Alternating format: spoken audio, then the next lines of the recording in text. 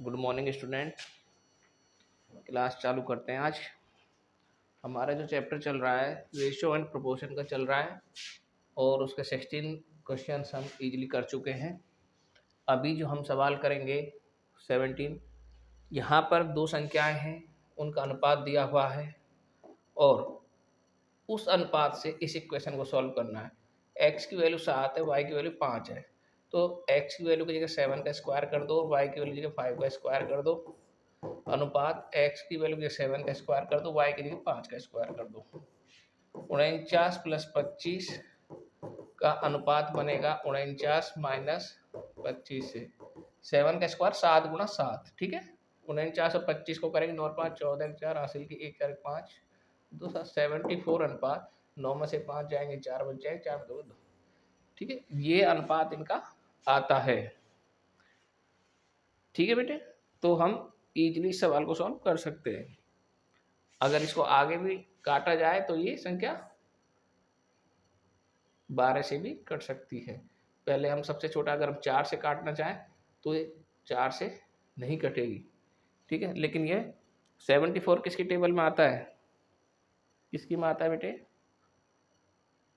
74 मेरे हिसाब से 2 की टेबल में ही आता है, 2 से कट जाएगा ये, 2 3 6 2, ये इसका फाइनल आंसर आ जाए।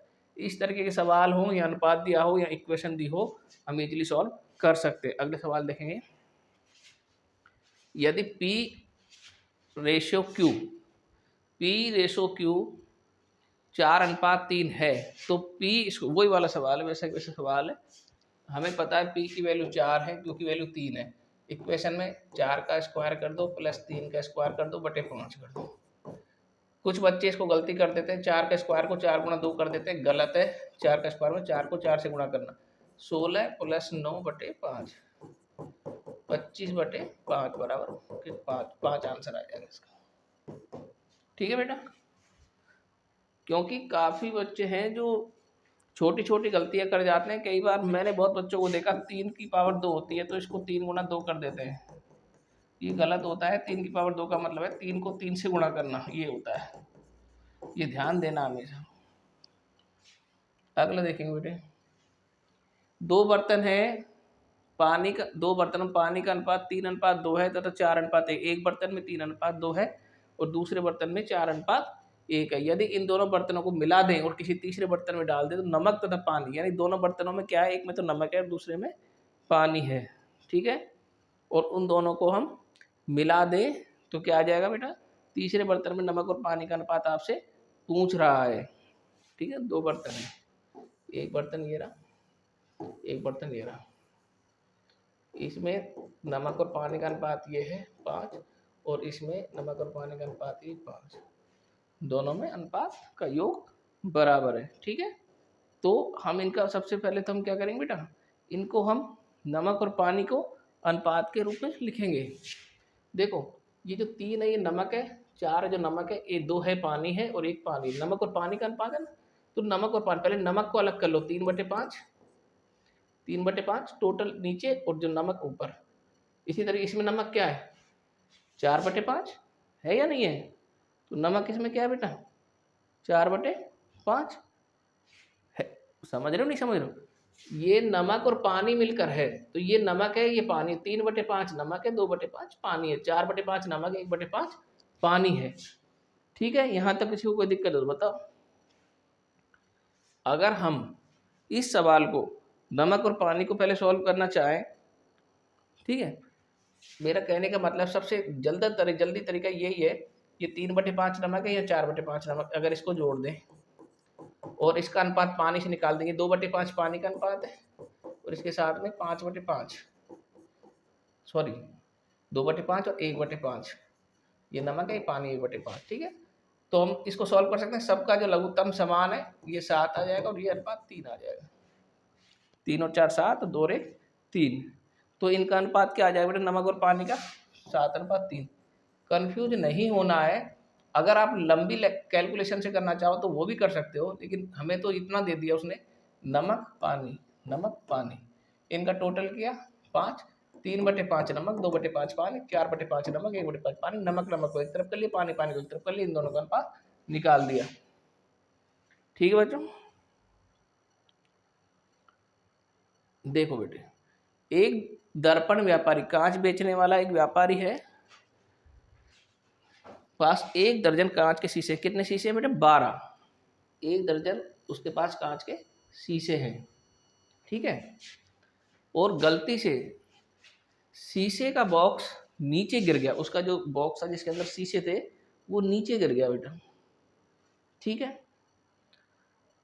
तो कौन सा अनुपात टूटे हुए तथा बिन टूटे का नहीं हो सकता? ये तो सिंपल सी, टूटे हुए और बिन टूटे का अनुपात कौन सा नहीं हो सकता? तो भाई इसमें A B C D option होने चाहिए। ऐसा सवाल जब भी आए, ठीक है, ऐसा सवाल जब भी आए और मान लीजिए ऐसे सवाल में मैं आपको 4 ऑप्शन देता हूँ, मान लो इनका अनुपात 4:5 बता रहा है और टोटल 9 बता रहा हूँ, ठीक है। इनका अनुपात 2:3 बता रहा हूँ, टोटल 5 बता रहा हूँ। 1:4 बता रहा हूँ और टोटल 5 बता रहा हूँ। 5:6 बता रहा हूँ, टोटल में 9 बता रहा हूँ। तो इनमें से कौन सा अनुपात नहीं हो सकता? क्योंकि अनुपातों का योग बराबर होना चाहिए। 3 और 2 का योग 5 होना चाहिए, ये भी हो सकता है। 8 और 5 का योग 9 हो सकता है, ये भी हो सकता है। 1 और 4 का योग 5, ये भी हो सकता है। 6 और 5 का योग 11, ये नहीं हो सकता। तो इस सवाल में ये नहीं हो सकता। टूटे हुए और बिन टूटे का अनुपात टोटल बराबर होना चाहिए, जो कि यह नहीं है इसमें, ठीक है बेटा। ये सवाल अब कुछ एग्जाम्स में आए हुए बहुत ही अच्छे सवाल मैं लेके आया हूँ। कॉन्सेप्ट इनका एक ही है, चाहे राशियाँ ए बी सी हो, चाहे राशियाँ ए बी सी डी हो, चाहे और भी ज़्यादा हो, लेकिन हम इनको एक कॉन्सेप्ट को समझेंगे और सवाल इजी सॉल्व हो जाएगा। A:B, B:C और C:, देखो ये करा A:B, AB, B:C और इन दोनों में अनुपात पूछ रहा है। संख्या को इसी तरह रखो। A:B क्या दिया? 3:4। B:C क्या दिया? 8:9। इन सवालों का एक कॉन्सेप्ट जो मैंने खुद ने देखा है कि वो कॉन्सेप्ट आप कंफ्यूज ना हो, जिस संख्या के आगे जगह खाली है उसी को आगे बढ़ा दो। 4 के आगे इसको 4 बढ़ा दो, 8 के इधर खाली तो इसको 8, अब पूरा हो गया। अब कर दो इनको गुणा। 8 3 24, 8 4 32, 9 4 36, ठीक है। अब ये अगर किसी संख्या से करते हैं, मान लीजिए 2 से कट रहे हैं 12, 16, 18, फिर 2 से कट रहे हैं 6, 8, 9, अब नहीं कट रहे। तो 6 ए है और 9 बी है, तो इनका अनुपात 6:9 किसका होगा? A:C। देखो ए ये रहा, सी ये रहा, और अभी 3 से 3 दूनी 6, 3 3 9, तो ए और सी का अनुपात 2:3 हो। ये कॉन्सेप्ट सबसे इजी कॉन्सेप्ट है। अगर आप इसको समझोगे तो सवाल आप बहुत आसानी से सॉल्व करते जाओगे, ठीक है बेटे। इस सवाल को आप समझ लो, एक बार देख लो अच्छी तरीके से। आपको मैं कहता हूं कि आपको सवाल समझ में आ गया, निश्चित रूप से आप इस सवाल से बहुत सारे सवाल सॉल्व करोगे। देखो बेटा वैसा ही सवाल है, थोड़ा वैसा तो नहीं है लेकिन हाँ वैसा ही सवाल है। A:B 3:4 है, B:C 4:7 है, तो ABC/C बराबर क्या होगा? ये एक एग्जाम में आया हुआ प्रश्न है। तो हम कैसे करेंगे? हमने इस सवाल को सॉल्व करना है। हम सबसे पहले बेटा क्लियर किसी का नहीं दिया, ए का कितना, बी का कितना, सी का करना है, तो सबसे पहले मैं जो क्लियर करने का मैंने तरीका बताया उसी तरीके से करो। A:B है 3:4, B:है 4:7, इसके आगे कुछ नहीं है इसको बढ़ा दो, इसके आगे कुछ नहीं है इसको बढ़ा दो, ठीक है। इनको मल्टीप्लाई करो, 4 3 12, 4 चौक 16, 7 चौक 28। अब 3 का अनुपात आ गया, ठीक है। यानी ABC 2 से काटो बेटा, 2 6 12, 2 8 16 और 2 14 28, ये आ गया। अभी और कट रहा है 3 4 7। अब इनका ये अनुपात, ए की जगह ये, बी की जगह ये, सी की जगह ये रख के इस सवाल को हम सॉल्व कर सकते हैं कि नहीं कर सकते? बिल्कुल कर सकते हैं, कर दो। देख क्या पूछ रहा सवाल, A+B+C/C। ए की जगह 3 है, बी की जगह 4 है, सी की जगह 7 है बटे सी क्या है 7, 7 और 4 11 और 3 14 बटे 7 बराबर 2। ये आंसर आ गया। सवाल कोई भी कठिन नहीं होता, सवाल को समझना, तो सवाल को समझाने का तरीका अगर आप आ गया आपको, तो आप सवाल को बड़ा इजी कर सकते हो, जैसे हमने ये सवाल किया है।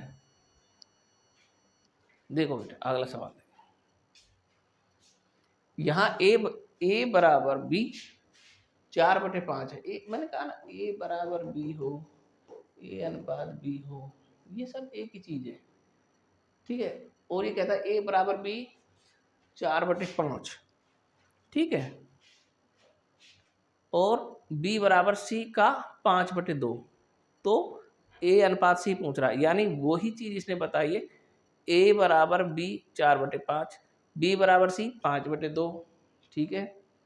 कर सकते हो, नहीं कर सकते हो, बिल्कुल वही सवाल है। a बराबर b लिख दिया, इसका मतलब a अनुपात b है, पहले तो ये लिख दो। अब इसको 4/5 ऐसे लिख दिया इसने, b अनुपात सी 5/2 लिख दो, सवाल वही हो गया। बताओ, हमने कहा जहाँ संख्या नहीं है उसको आगे बढ़ा लो, इसके आगे ये बढ़ा लो, इसके आगे ये बढ़ा लो, गुणा कर दो। 20/25/10, 5 से कट रहा है, 5 दूनी 10, 5 5 5 4, ये आ गया। अब क्या पूछ रहा है, a अनुपात सी, a किसका है 4, b किसका है 2, 4/2, ये है a अनुपात सी, 2 एकम 2, 2 दूनी 4, ये आंसर है सिंपल, बिल्कुल सिंपल है, कुछ भी नहीं है सवाल में, सिर्फ सवाल को आप समझ गए तो सवाल को आपने कर दिया। ए अनुपात सी पूछ रहा है, ए अनुपात बी पूछे वो भी कर सकते हैं, ए अनुपात सी पूछे वो भी किया जा सकता है, कि जो भी सवाल हमसे पूछा जाए हम इस सवाल को उसी अनुसार कर सकते हैं, ठीक है बेटे।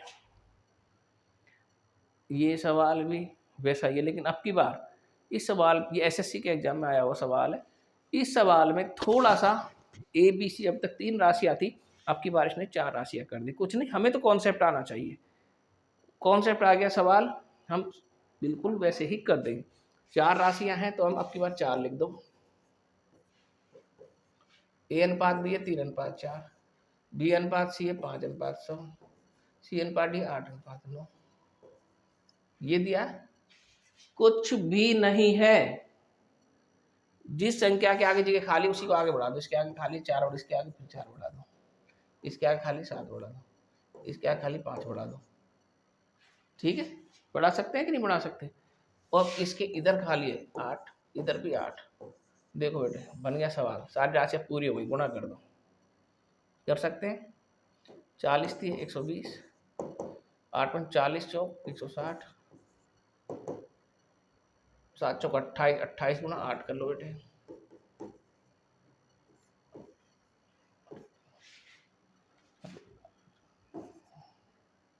ठीक है। 8 16 और 6 22, 224, 7 चौक 28 गुणा 9 कर लो आपकी बार, 9 8 72, 2 2 18 और 7 25, 252 आ गया। ए अनुपात डी पूछ रहा है, इसका और इसका, जैसे ए अनुपात बी निकाला, ए अनुपात सी निकाला, वैसे ए अनुपात डी निकाल दो, कुछ भी नहीं है, कर सकते हो।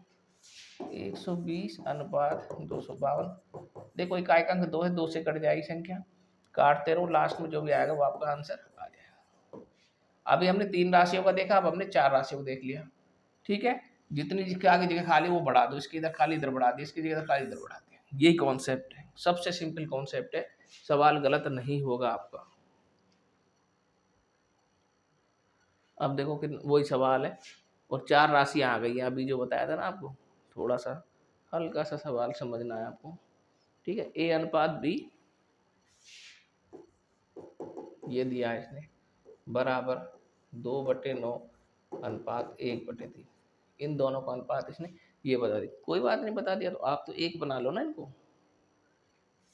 बना सकते हो नहीं बना सकते हो, इसने अलग अलग दे दिया, आप एक बना लो, क्या है एक बनाने में, अरे ये 2/9 है और 1/3 है, जब इसको करोगे तो 6/9 आ ही जाएगा, कैसे आ जाएगा, तिरछा गुणा कर लो ना, 3 दूनी 6, 6/9, 2 और 3, 3 दूनी 6, 3 तीनों, तो ए और बी के अनुपात ये आ गया। इसी तरीके से बी और सी का निकाल लो, 2/7 मल्टीप्लाई 5/14, ठीक है।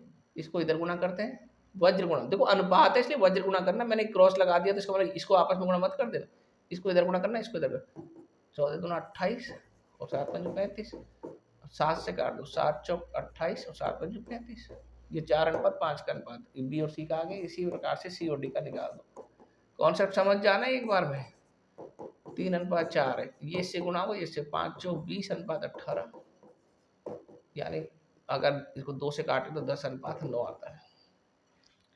ठीक है, अब मेरे पास सवाल वही बन गया, ए अनुपात बी, बी अनुपात सी अनुपात डी, और हमें ए बी सी का डी का पूछ रहा है, तो हम कर सकते हैं ए बी सी डी।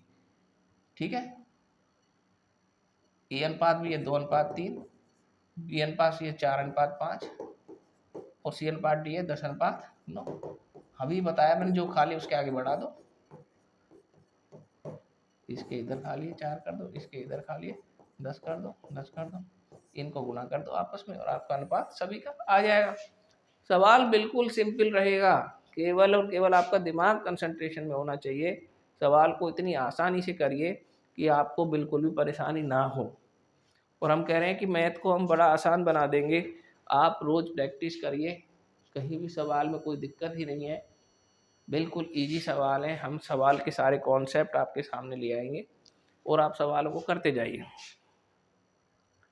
देखिए बेटा, एक सवाल आया है, एग्जाम में आया है, 16 तथा 24 का तृतीय अनुपाती क्या होगा। अभी मैंने ये सवाल पहले भी कराया था, तृतीय अनुपाती क्या होगा, 16 और 24 का, 16 और 24 का। ठीक है,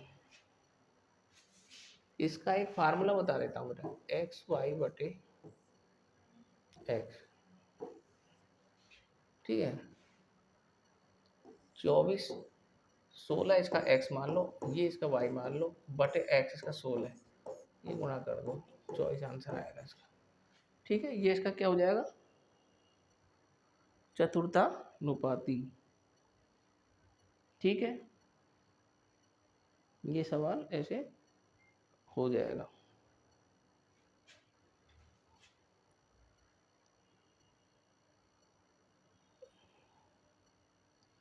तीन अनुपात कांच के प्रत्येक पद में छोटी से छोटी संख्या कौन सी जोड़ें कि नई संख्याएं 3 और 4 के अनुपात में हो जाए।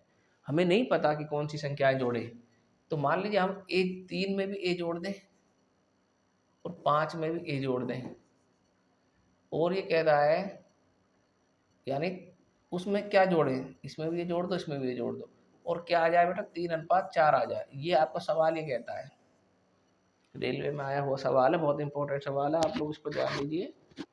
ये कहता है कि 3 और 5 के अनुपात में, ये 3:5 है, इनमें क्या जोड़े, मान लो इसमें ये जोड़ दो, इसमें जोड़ दो, तो ये संख्या कैसे हो जाए, 3:4 गुणा कर सकते हो, इसको तिरछा गुणा इधर हो, 12 + 4a, और ये इधर गुणा हो 15 + 3a।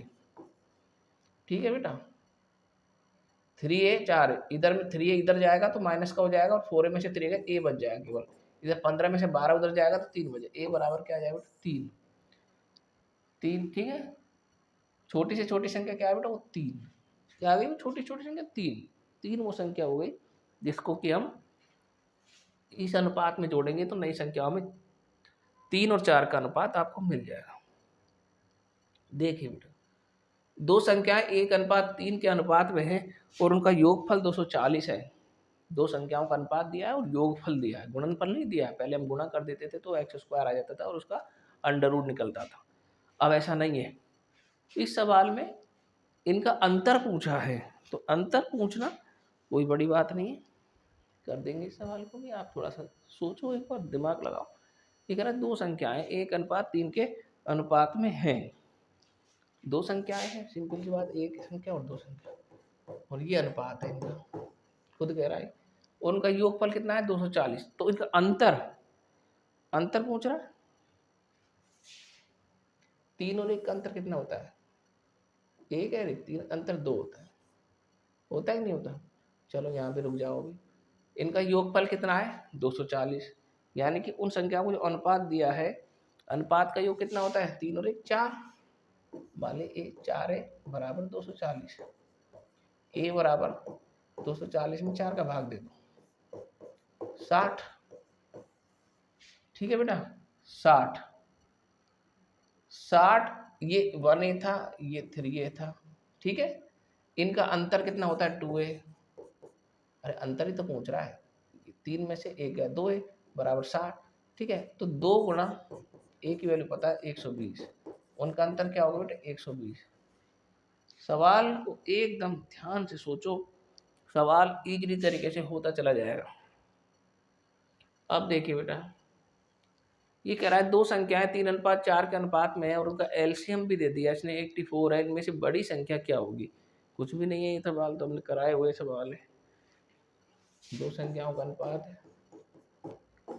3 और 4। ठीक है, उनका लघुत्तम उसने दे दिया 84। ठीक है, कितना दे दिया 84। तो क्या निकालना है, क्या निकालना है, बड़ी संख्या पूछ रहा है आपसे। ठीक है, बड़ी संख्या हम इसकी निकाल सकते हैं भाई। जब उसका लघुत्तम दे दिया हमने, अभी इससे जस्ट पहले हमने एलसीएम और एचसीएफ की एक एक्सरसाइज कराई है। अगर आपने उस एक्सरसाइज को ध्यान से देखा होगा तो इस सवाल को करना बिल्कुल आपके लिए आसान हो जाएगा। बड़ी संख्या कौन सी होगी, लघुत्तम समापवर्त्य क्या होता है, लघुत्तम समापवर्त्य वो छोटी से छोटी संख्या होती है जिसमें द्वितीय संख्याओं का भाग पूरी बार जाता है, ये हमने बताया है। और उसके बाद हमने इसमें इसी सवाल में इसका एलसीएम भी दे दिया और इनका अनुपात भी दे दिया। इस सवाल को मैं आप पे छोड़ता हूँ, और अगर आपसे ये सवाल नहीं होगा तो कल की क्लास में मैं इस सवाल को कराऊंगा, लेकिन मुझे पूर्ण उम्मीद है कि ये सवाल आप कर दोगे अगर आपने एलसीएम के एक्सरसाइज को ढंग से सीखा है।